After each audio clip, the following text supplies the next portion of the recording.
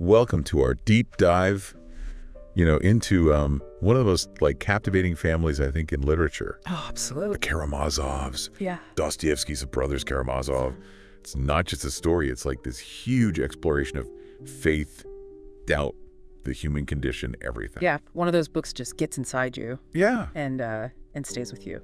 So we're going to go beyond just the plot points and really try to figure out what makes these characters tick, what their motivations are, what their contradictions are. Yeah, sounds good. Even if you've never read the brothers Karamazov, get ready to learn something about just human nature. Absolutely. Dostoyevsky had this incredible knack for taking these universal themes. Yeah. And just really kind of putting them into the messed up relationships of this family. Yeah. And he's not afraid to get really raw and honest about it. No, not at all. So let's just dive in with the father. Okay. Fyodor Pavlovich Karamazov. Oh boy, Fyodor Pavlovich. Where do we even begin with this guy? He's outrageous, right? Impulsive, kind of scandalous. Yeah, he's a piece of work. You almost think he's just this comical figure, but there's this layer of tragedy to him too. Definitely. Dostoyevsky was so good at that though. He never lets us just dismiss a character or judge them. Yeah. At face value. He gives us these little glimpses into their past. So with Fyodor Pavlovich, he gives these hints about his past. And you're like, oh, maybe this is why he is the way he is. Interesting. For example, when his first wife died, how did he mourn? He went on a massive drinking binge. Oh my God. Wearing a mourning band the whole time. The whole time. It's almost like he's trying to outrun any sort of real grief. Yeah, it's like he can't deal with it, so he just goes totally bonkers. Wow, and then you bring in the sons. Yeah. Dmitriev and Alyosha. Each one a piece of work in their own right. They each have to deal with this legacy of this crazy upbringing. Dmitri, the oldest. Yes. Seems like he's taken after his father. A bit of a chip off the old block. Yeah, he's passionate, he's reckless, but there's this part of him that wants to be redeemed. Totally. And you see that tension in how he deals with money. Okay. When he's desperate to pay back Katerina Ivanovna 3,000 rubles. Yeah. It's not even really about the money. What is it about them? It's about his honor, proving he's not a complete screw-up. So it's about his worth. Yeah, exactly. Okay, so he's struggling. Big time. Okay. Big time. And then there's Ivan. Ivan the intellectual. Yeah. The one always lost in thought. Yeah, he's wrestling with these huge questions. Right. And always kind of poking at traditional morality. Challenging everything. That rebellion chapter where he's going back and forth with Alyosha about God and suffering. Intense. Yeah. I mean, so good. Dostoyevsky really uses him to give a voice to the anxieties of that time, that clash between faith and reason. Okay. What do you do when the world seems meaningless? Yeah. What do you hold on to? It's like he's searching for meaning where there doesn't seem to be any. Exactly. And then you have Alyosha. The supposed saint of the family. Right. He's deeply religious and passionate, but is he too good to be true? Well, nobody's perfect, right? Even Alyosha has his doubts. Okay. Especially after Father Zosima dies. Right. It shakes him to his core. Okay, so it's like his faith is really tested. Oh, absolutely. And I love that because it shows that even people who seem devout, they still have doubt. Dostoyevsky doesn't shy away from that. So we've got this family dynamic. Already a mess. Right. And just when you think you're starting to understand it, Grushenka walks in. Oh, Grushenka. Changes everything. She's like a catalyst. Right. Just throws everything into chaos. She ignites all these passions and rivalries within the family. But we can't just dismiss her as a temptress. Okay. She's got her own story. Okay. She's a survivor. She's been through a lot. Yeah. And she's looking for love, security. Yeah. Remember her relationship with Kuzma Samsonov? The older man? Yeah. Yeah. That tells you something. It shows that she wants something real. Exactly. Not just superficial. Exactly. Okay. She's complicated. She's complex. Just like everyone else in this book. So she's not just there to be a pretty face. Oh no, she stirs up trouble. Oh yeah, she does. Big time. That scene at Makro with Dmitri's jealousy. Oh man. Talk about intense. Talk about a powder keg. Yeah, it's like Dostoyevsky is saying, hey, look at what happens when you let your passions run wild. Exactly. It can be destructive. Yeah. Love and desire are powerful. Right. But they can also be destructive. if you don't keep them in check. Exactly. It's like a cautionary tale. Absolutely. Back with the Karamazovs, and things are just getting messier. It's like once Grushenka shows up, Dmitri, like, totally loses it. It's like all of his insecurities just come bubbling to the surface. Yeah, and his need for love, it's like almost desperate. Totally. Remember how he's frantically trying to get that money? Yeah, to win Grushenka over. Yeah, and he even goes back to Katerina Ivanovna. His ex. Yeah, talk about adding fuel to the fire. Oh, yeah. Katerina Ivanovna, she's got her own baggage. Oh, yeah. She still has feelings for Dmitri, but it's all mixed up with pride and resentment. It's like she wants to save him, but also make him pay. Yeah, exactly. It's such a classic Dostoyevsky move. Yeah. Like, you can't ever figure out someone's motives. No way too complicated. There's always more than meets the eye. Always. And then you've got Smerdyakov lurking around in the background. Ooh, yeah, Smerdyakov. You know he resents the Karamazovs. Oh, yeah. And you get this feeling that he's capable of just about anything. Like a ticking time bomb. Exactly. You got all this tension. Yeah. And then, bam, the murder mystery kicks in. Right. Suddenly the stakes are even higher. It's like the investigation forces everyone's true colors to come out. Exactly. Like Grigory the servant. Yeah. His testimony about Dmitri's childhood is so important. Yeah, it's like we see how Dmitri was neglected and how that shaped him. It reminds us that Dostoyevsky isn't just interested in, like, individual choices. Yeah. He wants to show how our past experiences and our families and society, like, all of it shapes who we become. Right. It's like this whole web of influences. Totally. Okay, so then we get to the courtroom drama. Oh, man, the courtroom scene. So intense. The tension is just incredible. The prosecutor is ruthless. Oh, yeah, he's out for blood. He paints Dmitri as this, like, volatile, dangerous guy. Right.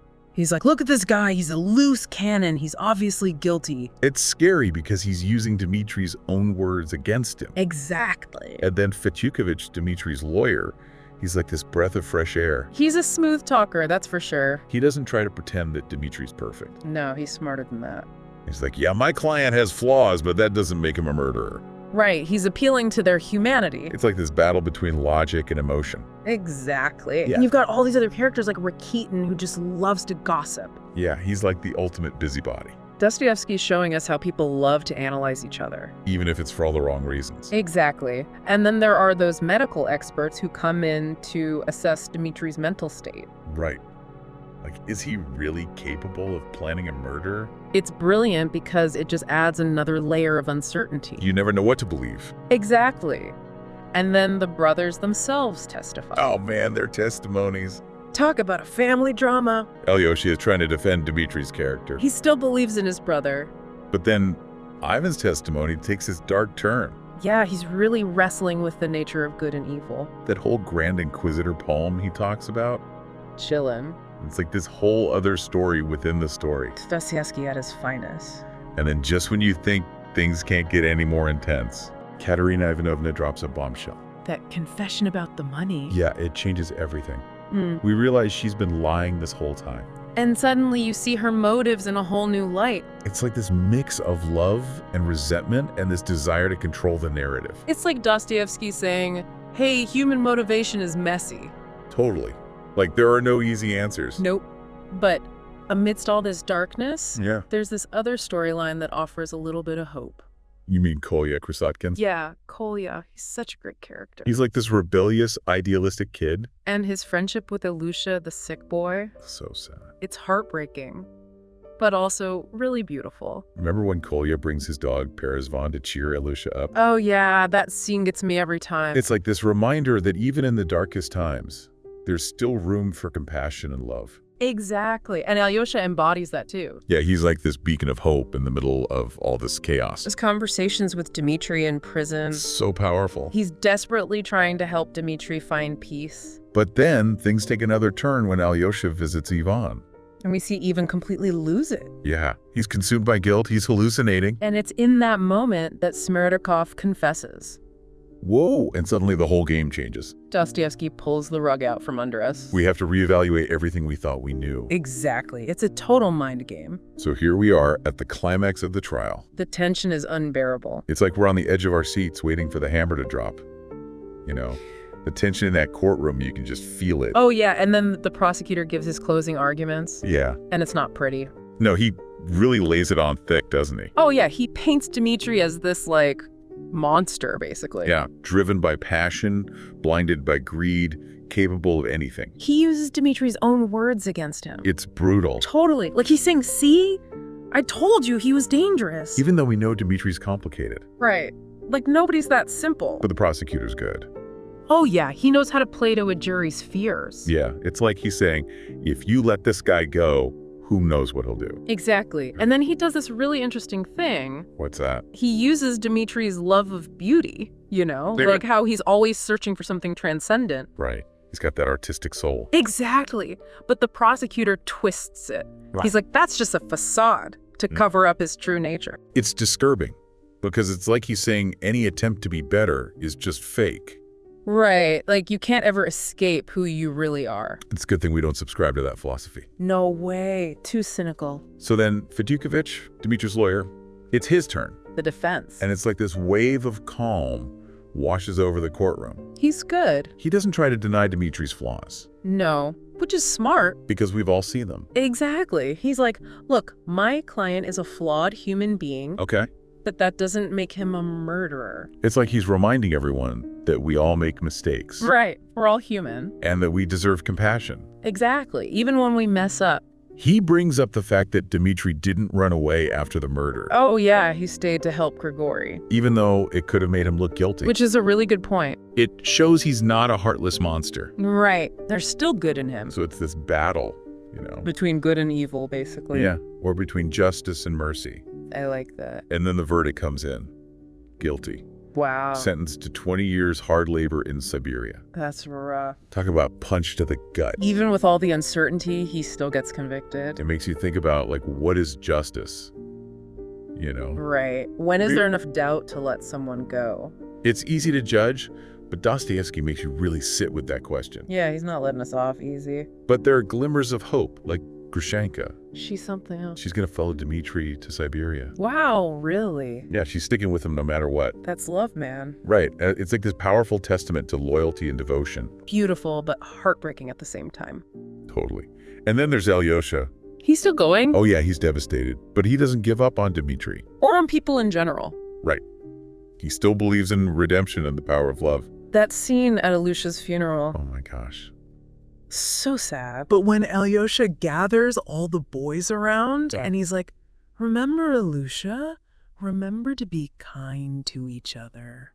It gets me every time. It's like even in the midst of all this darkness, Yeah.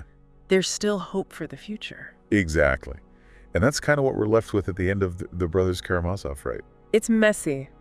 Oh, yeah. It's complicated. But there's beauty in it, too. And a lot of questions. Oh, yeah. We didn't even scratch the surface of everything Dostoyevsky throws at us. No way. This is a book you could spend a lifetime unpacking. Totally. Hmm? But hopefully, this deep dive has given you a taste. A little something to chew on. And maybe inspired you to read the book yourself. Or reread it. Because it's one of those books that stays with you. Oh, absolutely. And that you see differently every time you come back to it. Exactly. Like Dostoyevsky's always got something new to say. So until next time, happy reading. Cheers to that.